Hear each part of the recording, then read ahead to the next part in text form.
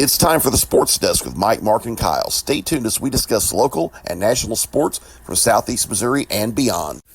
The Sports Desk with Mike, Mark, and Kyle is brought to you by Royal Retros. If you like cool throwback jerseys of defunct sports teams, Royal Retros is the place to buy. If you go to royalretros.com and you order with the code SPORTSDESK, all one word, you can get a little bit off your order. So check out Royal Retros. And now on with the Sports Desk with Mike, Mark, and Kyle. And welcome back to the Sports Desk with Mike, Mark, and Kyle. I'm Mike Bueller. I'm Mark Sanders. This is Kyle Roberts. And we have got a full show today. We are going to be talking a lot of high school football.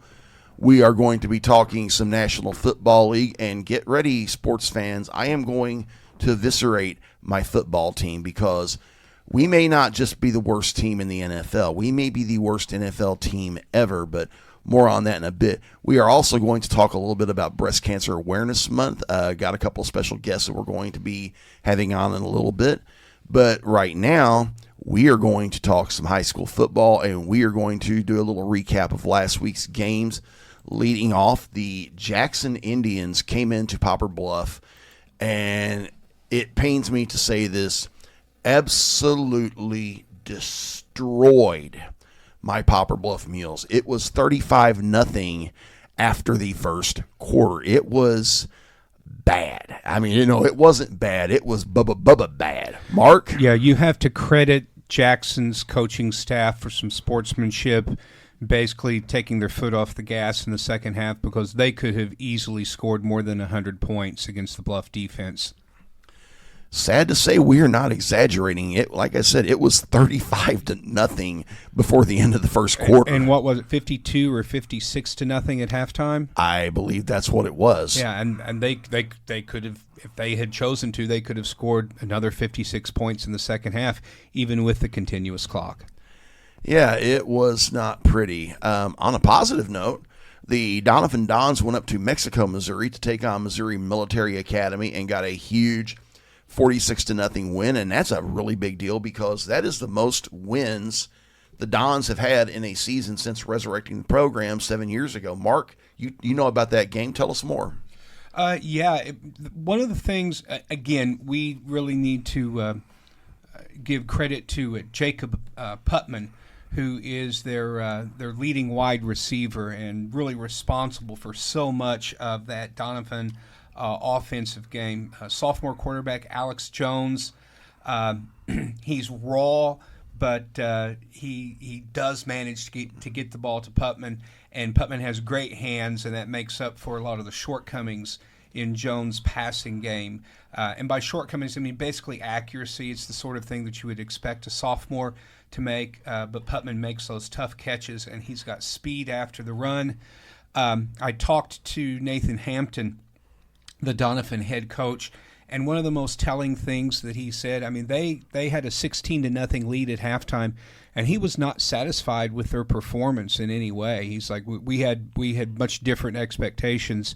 We expected to go in there and put that game away in the first half, and while he was pleased with his team's 30-point production in the second half, that was a 46-0 shutout.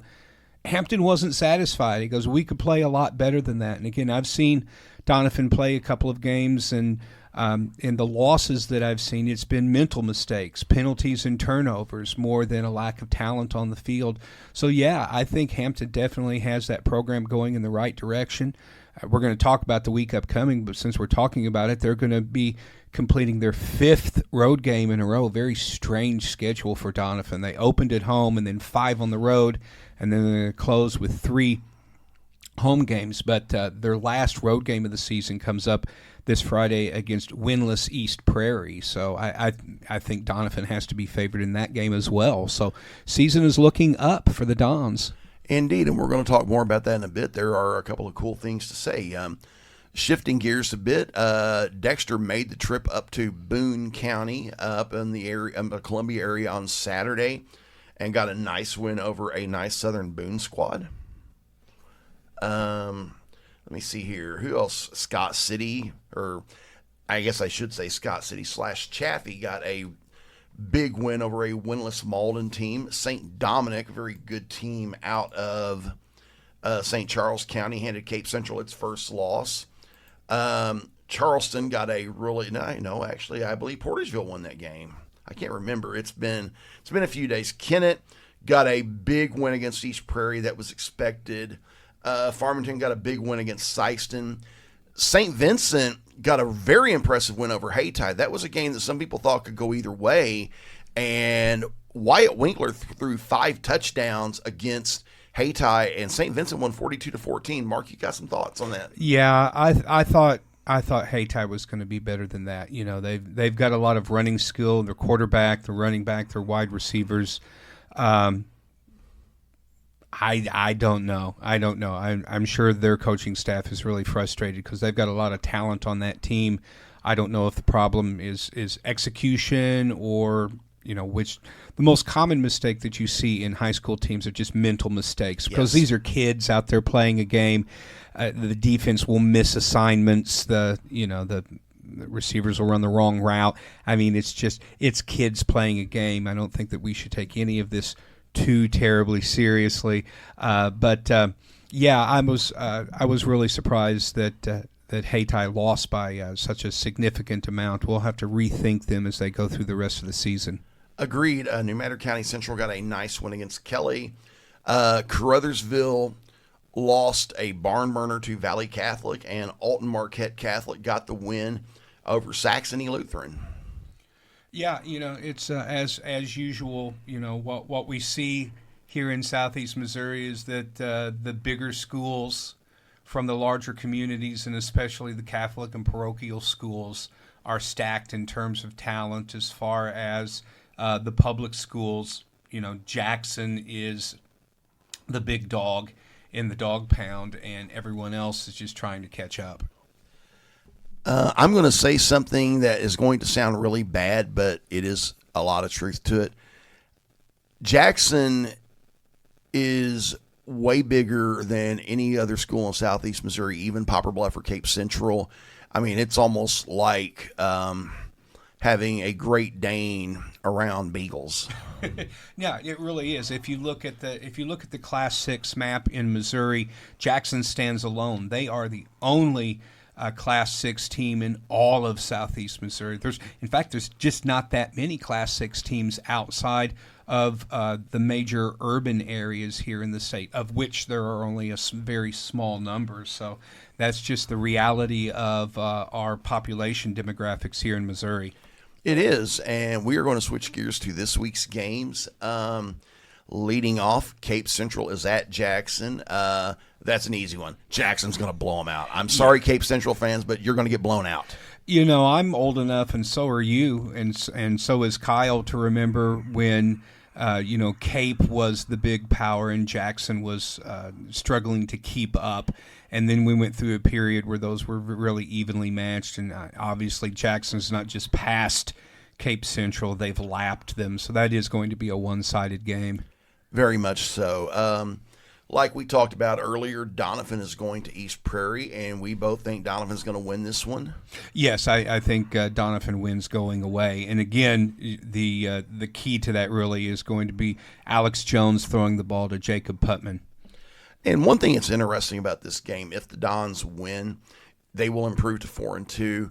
What stands out about that is coming into the season, the Dons had 4 wins at the varsity level since resurrecting the program in 2018. Them matching that in one season is pretty cotton-picking impressive. Well, and let's give credit to Donovan Superintendent Mike Owen, Donovan Athletic Director Adam Epps, and then all the supporters there in Donovan.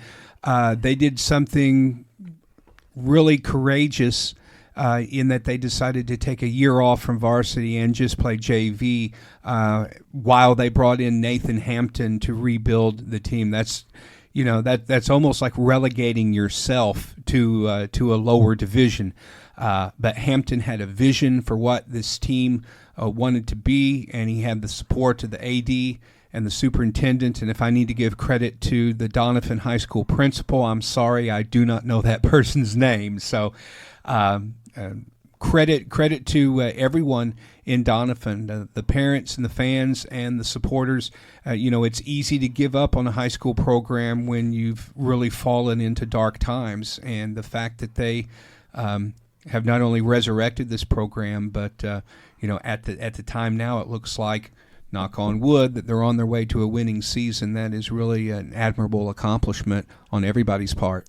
And if they get a winning season, that will be the first time since the 1970s. That is pretty legit. Yeah, absolutely. And for Class 3, Donovan has the athletes to grow this program. And I think that a winning season, winning breeds a winning attitude and a winning mentality, and people want to be part of a program like that. So hopefully this is just the beginning of a program that they can build really good things upon. Indeed. Switching gears, Kelly is at Dexter. It is Dexter's homecoming, and I think the Bearcats are going to get a big homecoming win. Yeah, I really overestimated Kelly. They really were not in that game last week, and going to Dexter, Dexter's going to roll all over them. I think so, too. Kennett is at New Madrid County Central.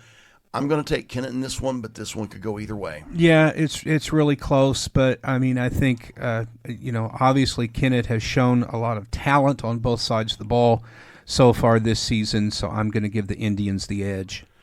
And in one of the stranger matchups of the week, Springfield Parkview, a Class 5 school out of Springfield, is making the trip to Hayti. The Parkview Vikings are not a great team, but I think they've got enough enrollment that I think they're going to take this one at Hayti. Yeah, playing a Class 5 school, I think maybe the folks in Hayti bit off more than they could chew. That is a strange matchup, but I don't think that they're going to have the horses to keep up in that race. Portageville is at Malden. I think Portageville is going to keep the Green Wave winless. Yeah, I wish I had something encouraging to say about Malden. Their program is in need of similar to what happened in Donovan, and the biggest problem with Malden is they simply do not have enough young men out on the field to play on both sides of the ball.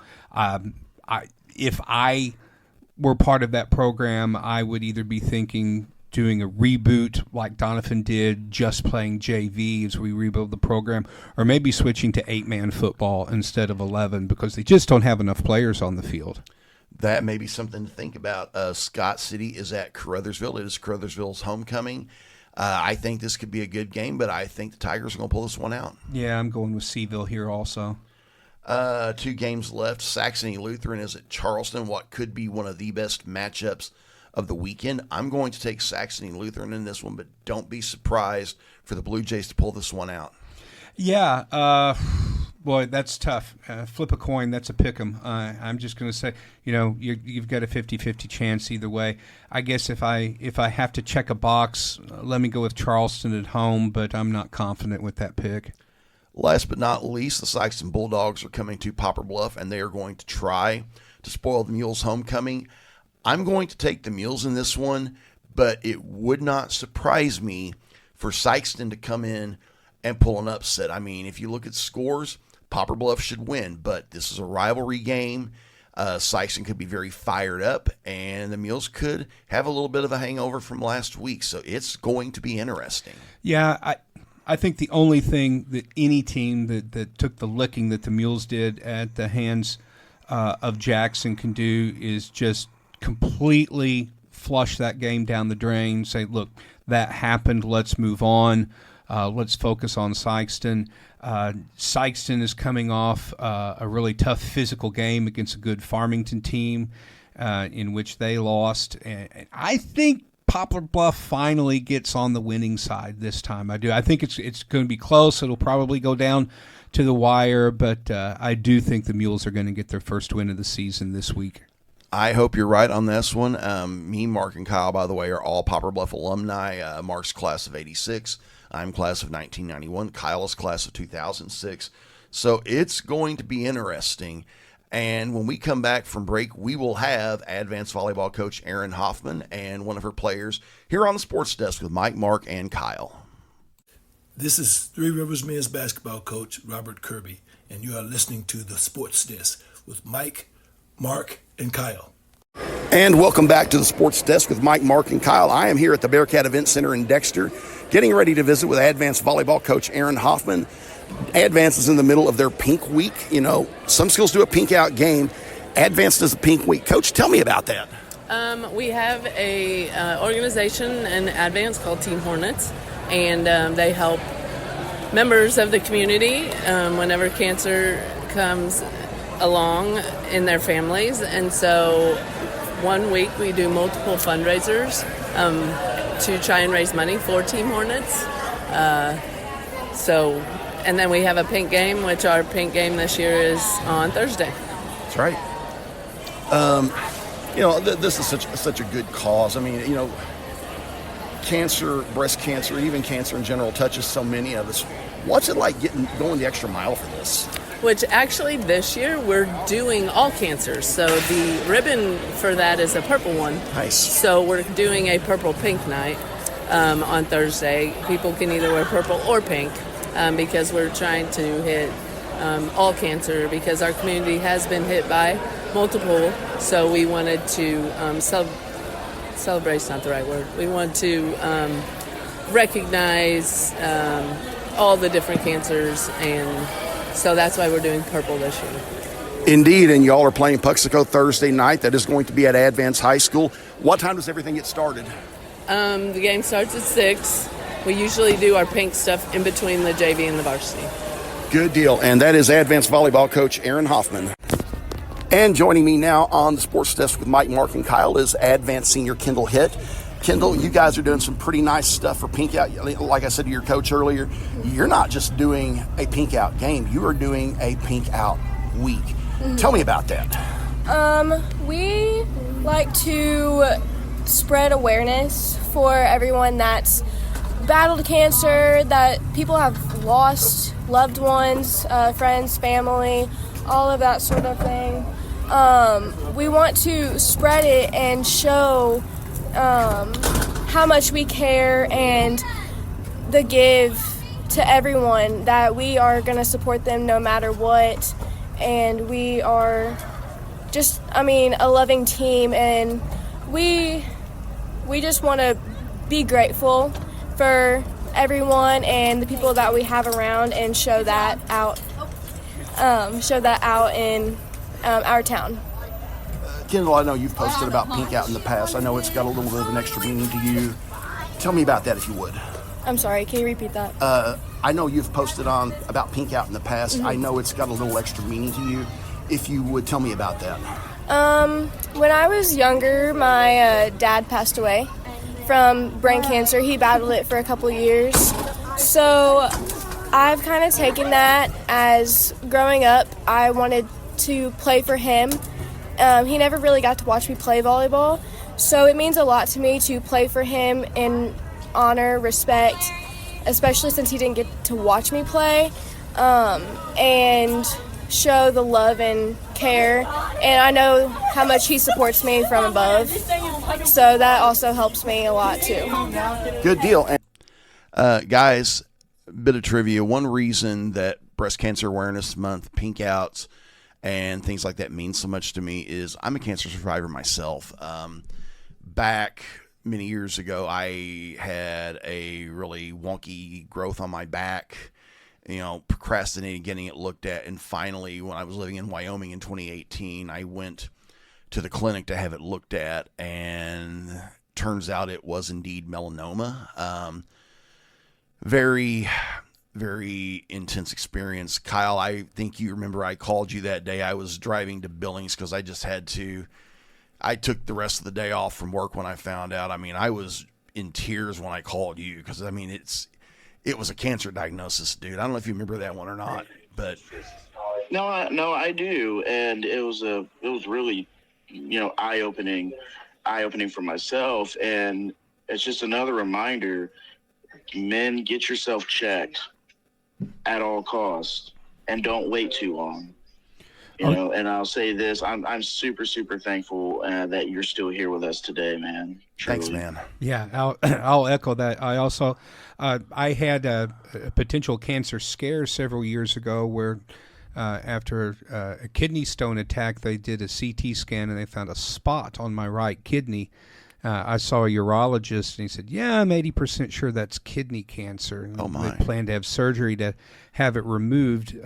Good news was that the pathology after the surgery did show that it wasn't a cancerous tumor. It was a benign tumor, but I still lost a third of my right kidney as a result of that. But, yeah, when you're sitting in a doctor's office and a doctor looks at you and says, we think you have cancer, whether that turns out to be true or not, it is one of those, life flashing before your eyes sort of moments. And something else that I want to say, if you can't do the math from the fact that I graduated in 1986, I'm 57 years old, and I do have a history of colon cancer in my family through my maternal grandfather.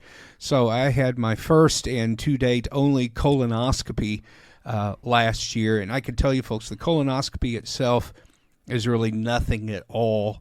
You're asleep for the whole thing. It's the terrible prep for the 2 days leading up to it that is really the challenge. But whether you're male or female, but especially if you're a guy, if you're above 50 years old, if you haven't had that colonoscopy check, do so, because colon cancer is no joke. Just like breast cancer, early detection is the best form of prevention. Indeed it is. And like I said, this is why I tend to have a little bit, special meaning, for, Pink Out, breast cancer awareness in general. NFL has what they call Crucial Catch at this month, and it's seriously, if you're at risk, get checked out. And, it has touched so many of us. So many of us have lost people close to us because of cancer. So, like I said, if your town is, doing a Pink Out game, get out and support them. Dexter had theirs on Tuesday. That's where I was at when I recorded that segment. Advance has theirs tonight. Poplar Bluff has theirs coming up on October 13th. Cape Central has one coming up on Monday night. So if you're listening and you can get out and support it. Yeah, absolutely. If you live here in the Poplar Bluff area, if you're driving down Oak Grove Road, you'll notice that at night, Poplar Bluff Regional Medical Center is all lit up with pink lights for this month. And that's good, and I like that. Let me get my tongue untangled. Coming back on our next segment, we are going to talk about the National Football League. As I said earlier, get ready. I am going to eviscerate my football team here on the Sports Desk with Mike, Mark, and Kyle. This is Three Rivers College women's basketball coach Alex Wiggs, and you are listening to the Sports Desk with Mike, Mark, and Kyle. And welcome back to the Sports Desk with Mike, Mark, and Kyle. We are going to talk about the National Football League, but we are going to get out of the way my Tennessee Titans, who went to Houston this past weekend and did not lay an egg. They laid an egg factory, got absolutely embarrassed, humiliated, and pantsed by a winless Houston Texans team to the tune of 26-0. We are not only are we tied with the Jets and the Saints at 0-4. I am supremely confident we are worse than both of those teams. Not only are we the worst team in the NFL right now, we very well may be the worst NFL team ever, because there is a good chance we are not going to win a game this year. And if we go 0-17, that is something no NFL team has ever done. We would be all alone in the Marianas Trench as the worst team in NFL history. This team is garbage right now. This team is a dumpster fire. Cam Ward gave an expletive-laden press conference after the game that basically he said that, and I'm giving you the sanitized version, he basically said, we're rear end. And the sad thing is, he's right. The Titans are rear end right now. Mark, I know you got some thoughts. Yeah, the 1976 Tampa Bay Buccaneers would like to have a conversation with you about worst team ever. Okay, they were barely a professional franchise. Granted, they were an expansion team. All right, but you haven't I know nobody wants to sit at 0-4, but this is the National Football League, which stands for not for long, and that has to do with good as well as bad, okay? Just in the past 2 weeks, we've seen Atlanta go to Minnesota after Minnesota came off, comeback win against the Bears and go in and just humiliate the Vikings in their home opener. And then what do they do as an encore the next week? They get shut out by the Carolina Panthers. By the way, that's the same Panthers team that lost something like 42-6 to the New England Patriots, okay? So you can't predict an 0-17 season because there is absolutely no reason to think that Tennessee is not going to rise up and beat a team that they're not supposed to beat, like when Indianapolis comes to Tennessee or when Houston comes back to Tennessee. I mean, it's just, you see this every week. I mean, Jacksonville went to Santa Clara and beat the San Francisco 49ers on the road. Now, granted, the 49ers have some injuries, but come on, folks, this is the Jaguars.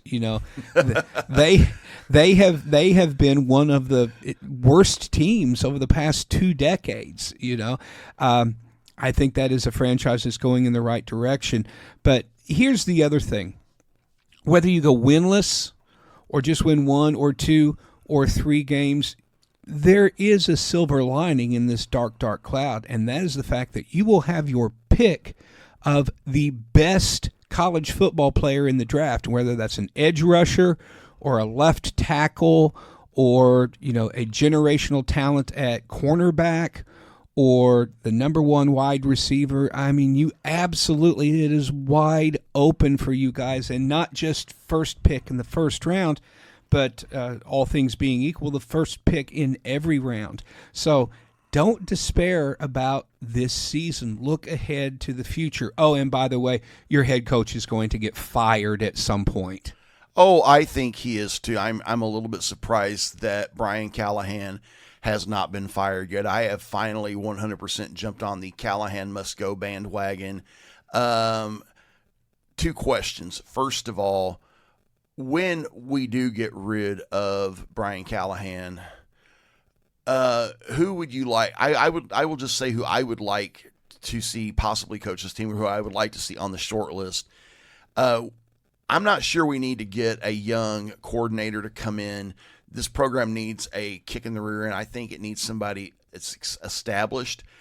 One guy that I think is definitely worth a look is Mike McCarthy. Yeah, I said that last week. I can't remember if I said it on the show or if it was one of our chats off mic. But Mike McCarthy is a logical choice. And if he wanted to come in mid-season just to try to steer the ship in the right direction, I'm not sure if you'd want to do that. Really what I would do if I were the general manager of that team, assuming that myself and the ownership decided to go ahead and cut ties with Callahan, I would probably, for the sake of Cam Ward's development, promote my offensive coordinator to interim head coach so that Cam would not have to spend the rest of the season trying to learn a new offensive system. Now, again, if you got a big-time coach like McCarthy who came in and he made the decision, maybe during interviews like, look, we want to keep Cam on his development track, so we want you to keep the OC. Of course, McCarthy's an offensive coach, so I think that he could probably put a lot of input into Ward's development. But this season, that has to be your most important consideration, is not derailing Cam's development. Now, getting your asses kicked every week is also not good for his development, so something needs to change there. But I am adamant about this. You cannot ask your rookie quarterback to learn a new offensive system in the middle of the season. That's not going to work. Exactly. If you do that, then it's going to be exactly what Alex Smith went through with the 49ers, where he had 5 different offensive coordinators his first 5 seasons in San Francisco until he got some consistency there. I like the idea of a veteran coach who has success coaching offense, and you have this fine young quarterback to work with. What you guys remind me of is the '89 Dallas Cowboys. This team has no hope. As they are currently constructed, you're the '89 Cowboys without the Herschel Walker trade. And without Because Jimmy Johnson coaching. Yeah. Troy Aikman went 0-11 as a starter that year. I remember there was one game he played against Philadelphia, and I hope Cam doesn't have to have this game. I call this a come to Jesus game, where Troy Aikman showed up to Texas Stadium wearing number 8 on his back, and he went home wearing Clyde Simmons and Reggie White. Yeah. That's what it feels like. But also, you're talking about bad teams. Have you heard of the 2009 St. Louis Rams? Dear God. Yeah, that was a team that was specifically designed to turn the fan base against the team to help facilitate Kroenke's move back to SoCal. Kroenke, do you mean Rachel Phelps? Oh, and by the way, you all are too young to remember this, but I lived through the 1970s and the early 1980s with the St. Louis Football Cardinals, which the St. Louis Post-Dispatch Sports Department routinely described as the Dead Birds. Speaking of the former Dead Birds, that's who the Titans play this weekend, and until I see more out of my guys, I'm picking the Cardinals to win this one going away. Yeah, let's take a look at the picks here. The Thursday night game, in fact, this works out really well because it allows Kyle and me to talk about our favorite team. So, Kyle, you're first on deck. The San Francisco 49ers travel south to take on the aforementioned Los Angeles Rams in SoFi Stadium. I've got the Rams winning this in a walk, mainly due to all of the Niners' injuries, but also the fact that the Rams are playing really good football so far. Not only are we playing really good football, and unfortunately the Niners have been stricken with injuries, ironically not to Christian McCaffrey, but to their receiving core and, of course, to Nick Bosa. But when are we going to start talking about Puka Nacua as the best wide receiver in the National Football League? How about right now? Games? Yeah, how about right now? I mean, yes. other than just, well, I would say he's the third best receiver in the NFL behind Jefferson and Jamar Chase. I think those are the only two wide receivers that you don't just trade. I mean, if you called a GM and said, "Hey, I want to trade Puka for fill in the blank with a random guy," you know, I think anyone not named Justin Jefferson or Jamar Chase, you're going to have that conversation and pick up Nacua. So I'd put him number 3. That's fair, but listen to these numbers through 4 games as he currently leads the NFL in both receptions and yards. At this point, he is on pace for almost for over 170 catches and well over 2,000 yards. The only thing is that he only has 1 touchdown throughout so far. But we're not a one-man offense in terms of distribution of the football. But Did anybody also know that Byron Young leads the NFL in sacks? He has 5 sacks through 4 games for the Rams. No. Anyone know about that? No. But you've got certainly one of the top 3 coaches in the NFL in Sean McVay. You've got an experienced veteran championship quarterback in Matt Stafford. Everything and so far.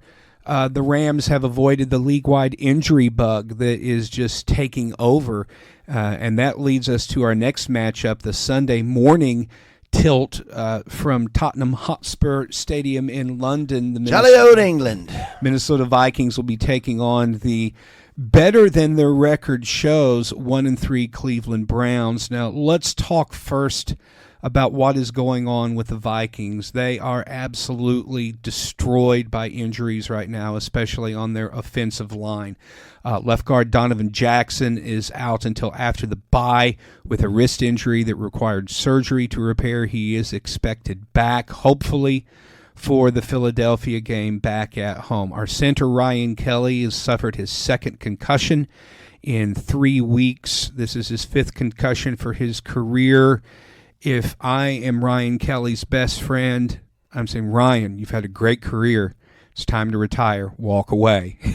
It is not worth turning your brain into tapioca pudding to play out the rest of this season. Will Fries is still playing at right guard, but now Brian O'Neill, our excellent right tackle, is out. They say week to week with an MCL sprain. I'm glad it's not an MCL tear. We haven't lost him for the season, but I wouldn't expect to see Brian O'Neill back until after the bye at the very earliest, and maybe after that. So the first thing that we have to address immediately is the offensive line. What do we do? Because we are taking on Myles Garrett on the other side of the ball, and he is going to feast, because that's what Garrett does. So in the long term, I think the Vikings line will stabilize and be fine, okay? Donovan Jackson's going to come back. Hopefully he can stay healthy. O'Neill's going to come back. Hopefully he'll stay healthy, okay? So in the meantime, this is what I would do if I was on the Vikings coaching staff. You go to Michael Juergens, 7th-round pick from Wake Forest 2 years ago, and say, Mike, you're our center of the future. All right, time to grow up right now. You're at the very least, you're the center for the rest of the season. So you're going to have to grow up, and you're going to have to learn a lot of things very quickly. As long as Ryan Kelly is still on the roster, he can be your guide. He can be your mentor. You know, let him be your Obi-Wan and teach you how to do this. And if Juergens is good enough to be a starting center, then he can start to show that. And in the games that he's played, he has shown that he has some talent. But obviously, being the center on a really complicated offensive scheme takes a lot of knowledge. So he's going to need some help along the way. But Juergens is your guy. Juergens is your starting center for the rest of the season. You just have to live with that. As far as the short term at right tackle, I think you have to put Walter Rouse out there, okay? No matter what, Rouse has shown signs that he can play. Certainly in the preseason, he didn't do too well backing up Justin School when School had his concussion. But School's worse than a turnstile. He's just an open gate. I mean, you'd be better off taking him out of the game and just putting 2 tight ends on the. Justin School is completely worthless as a football player.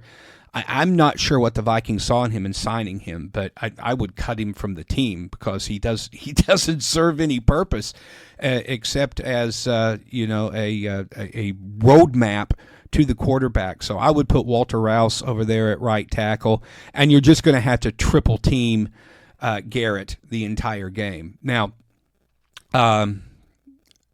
Vikings have a bunch of injuries on the defensive side of the ball too. Van Ginkel's out for an indeterminate amount of time with a neck injury. Blake Cashman is still going to be out for a couple more weeks. Things are not looking good in Vikings land. And if they were taking on Joe Flacco, I was going to pick the Vikings to win like a field goal contest, like 12-6 or something like that. But the problem is Cleveland is bringing in Dylan Gabriel. Now, I know the immediate reaction is going to be, a rookie quarterback against Brian Flores' complicated defense. They're going to eat him alive. No, they're not. Gabriel's really fast and mobile. He can run. He can get rid of the ball really quickly. He played in that high-powered Oregon offense last season in college. He's played in a couple other programs. He showed a lot of good signs in the preseason. I think he's going to play well enough to balance out the fact that the Vikings are really going to struggle to score points against this Browns defense. As much as I hate to pick against the Vikings, I think the Browns are going to squeak one out in this. I think it's going to look like something like 13-10 or 13-9. But, maybe I'm wrong. Maybe the rookie quarterback will really just get his head taken off by Jonathan Grenard or Dallas Turner. But I'm not going to see it until I believe. I'm not going to believe it until I see it. It's going to be interesting. That's going to be a good game to watch Sunday morning. Of course, it comes on at church time for a lot of folks. I am actually not going to be able to make it to church Sunday. So guess what I am doing? I am watching that game. Cell phones can pick up ESPN or NFL Network, and as long as you keep the sound down, no one else has to know. Especially if I'm not gonna say whether I did that or not this past Sunday while board operating. All right, let's go around the horn, and just for the sake of and keeping our tech going in the right direction. We're going to start with me. We'll go to Kyle on remote for the phone and let Mike have the last word on these picks. And this is our lightning round. Las Vegas at Indianapolis. It's the Colts. Colts, but Ashton Jeanty shows out again. I'll second what Kyle said. Yeah, I am totally off the board with the Raiders. Geno Smith is what Cam Ward described the Titans as. We butt. Yeah, he used some language in his interview. 2 packs of ass. Yes. All right, next matchup, the Giants go south to take on New Orleans, and Jackson Dart is going to get his second consecutive win against the paper bag Aints. Yeah, Spencer Rattler's still going to be winless as an NFL starter. I love what I saw out of Jackson Dart Sunday, but we'll see how the Giants adjust without Malik Neighbors. That injury was just brutal. Yeah, that is so sad to see Neighbors have to go out for the season. Mike, who are you taking here? I am taking the Giants, but you never know. I mean, the Saints did give the Bills a scare in Buffalo. Yeah. I want to say one more word about the Giants. Actually, 2 more words. Cam Skattebo. I told everybody, I told you all, Skattebo was going to be a monster. I begged the Vikings to take him as running back, and he is proving me right week after week. That boy is a monster. What a throwback of a runner. I love watching him run that rock. He runs like he hates everyone. It is beautiful to see. Yeah, Alex Boone on the O-Line Committee podcast called him Mike Allstott Jr., if you remember that big fullback from the glory days of Tampa Bay. You're in good hands with Allstott, baby. Yep. Next, we've got the Cowboys with a bizarre record of 1-2-1, but the Cowboys have actually played much better than I ever expected them to. They're going to improve their record to 2-2-1 when they go to New York and beat the winless Jets, knocking them further down to 0-5. I don't think this is a case of Justin Fields is the problem. It's the Jets, and what can go wrong will go wrong. Dallas played their guts out in a game they deserve to win. I love Dak's leadership and his toughness. So I got the Cowboys. Yeah, I think a discussion to be had, like maybe after the season, is the question, is the Jets franchise fixable? Because I'm not sure it is under current ownership. We go on. And yes. Oh, sorry, go ahead. As much as it pains me to say it, Cowboys win at the Meadowlands. Yeah, that's an easy game to pick, I think. Of course, the way the NFL goes, the Jets will probably shut out the Cowboys in defiance of all of our expectations. Next game, Denver goes to Philly to play the undefeated Eagles. And I think this is a good game, but the Eagles have shown so far this season that they know exactly what to do to win these close games. So I'm keeping the Eagles undefeated. I am too, but Denver's going to give them one heck of a fight. They're a tough football team, excellent defense, low-scoring game. But, again, Philly knows how to win close games late. I'll take them in a close. Yeah, and I don't think Bo Nix has developed nearly enough to overcome what Philly's going to throw at him on defense. I agree. All right, Miami at Carolina. Carolina is terrible. Miami has shown signs of life, and so I'm going to give this to the Fins. I'll take Miami as well.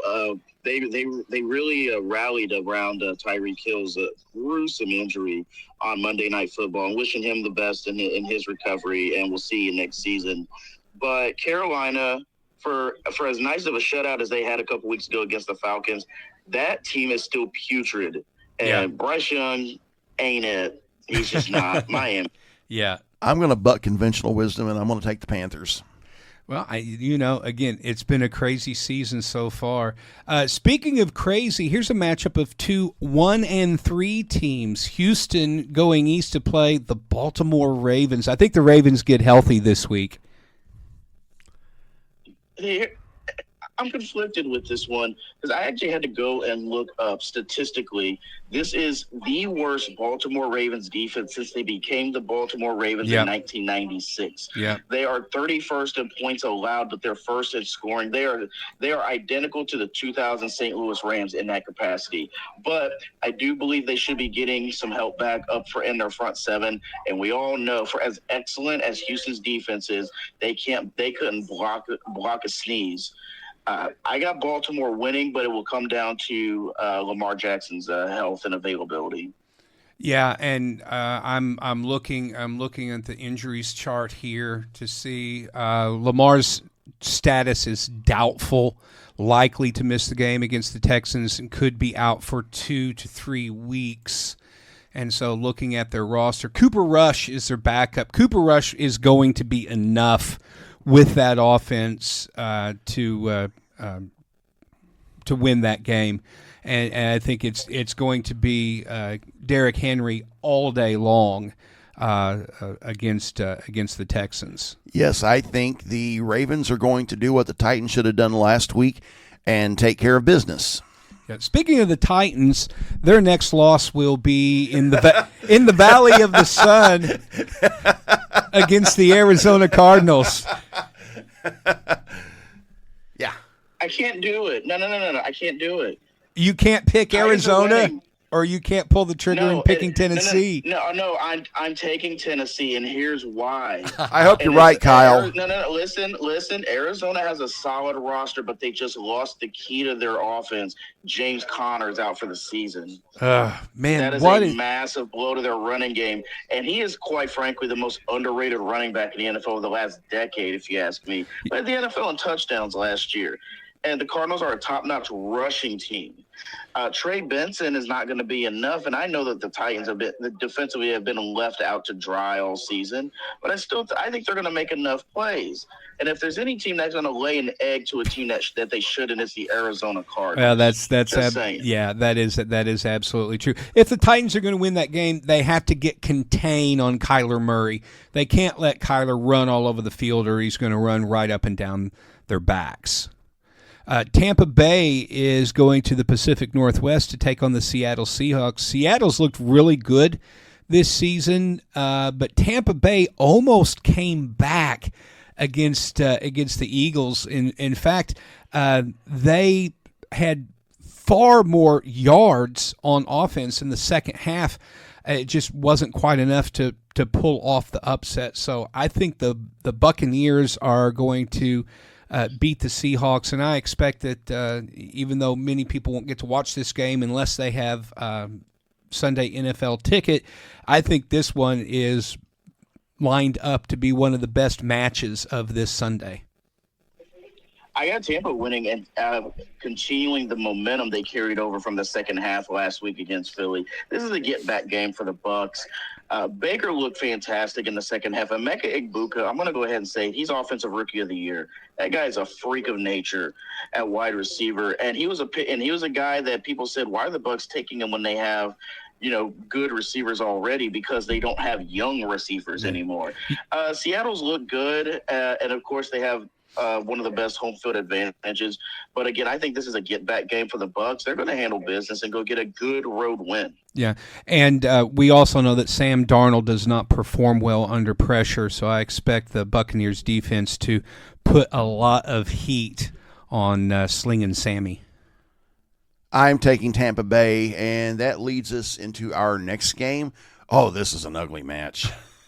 The only question about this game, it's Detroit at Cincinnati. Is the over-under on the amount of points that the Lions will score? I'm going to set the over-under at 52, and I'm taking the over, Lions over the Bengals. Kyle, 52 points for Detroit, over-under. Even. No. Oh, you're gonna put it right at 52. Okay. I'm putting it right at 52 because Dan Campbell, MCDC, has a heart, and he'll pull the dogs off. This Bengals defense is as bad as the 90s Bengals team. It's terrible. Okay. I mean, it's cut. And with Trey Hendrickson, I mean, it's like Man, you know Trey's got to be thinking, oh, why didn't I hold out for a trade? Why didn't I hold out for a trade? Literally, this team, their defense is putrid, and without Joe Burrow, they're David Klinger era bungles. Mike, this is going to be a massacre. Yeah, Mike, say Detroit. Detroit. I really struggled with this next one. It's Washington Commanders going west to play the Los Angeles Chargers. Now, the Commanders are without their star quarterback, Jaden Daniels, but Marcus Mariota has really performed well in his 2 games as backup, and L.A. has Minnesota problems in that their offensive line is more in the hospital than they are on the field. They lost their starting left tackle, Joe Alt, perhaps for the entire season. That is the second left tackle they've lost this season. They lost their starting left tackle in the preseason, and Alt switched from right to left side. Now Alt is out, and if Justin Herbert and Jim Harbaugh were starring in the classic musical The Music Man, old Jimmy be singing, we got trouble right here in Charger City with a capital T, and that rhymes with D, and that stands for Commanders defense rushing through the line. The one bright spot the Chargers have, of course, is Omarion Hampton, who has become the star of my fantasy team. I've won 2 in a row, and I'm back at 500. Thank you very much. Good work. Kyle, who do you have in the... Oh, by the way, having said all this, I picked the Chargers because they're at home and because they're going to emphasize running the ball. This is going to be a Harbaugh game, and by that, it is going to be 3 yards and a cloud of dust for 60 minutes. It's going to have to be, because they do not have Rashawn Slater, who's an all-pro. They do not have Joe Alt, who's a stud left tackle. But you're going to have to get a fistful of Omarion Hampton, because even though Jaden Daniels is out, Marcus Mariota, as you said, has not hurt the team all that much. There's still a lot of weapons there. The defense is still suspect in spots. If it's a close game, and I'm taking the Chargers, but if it's close, it comes down to Cameron Dicker the kicker, one of the best in the league. So I'm taking the Chargers in a very old school Big Ten type of game. Yeah. Oh, I'm sorry, Mike. Commanders with the upset. Oh, I don't think it's an upset.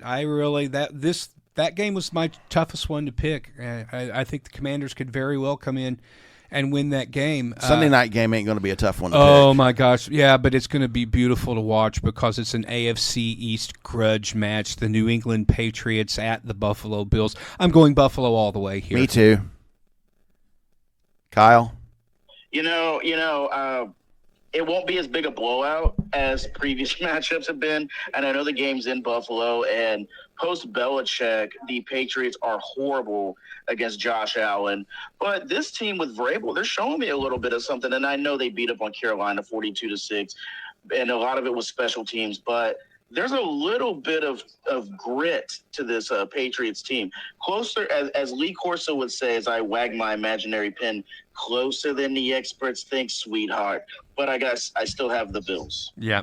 And in the Monday night game, the Kansas City Chiefs travel to Duval County to take on the Jacksonville Jaguars. In our weekly buy or sell chat, this is my sell this week. I'm selling the idea that Kansas City's not making the playoffs. Kansas City is back, baby. That defense was a monster last week against the Ravens. They were flying all over the field.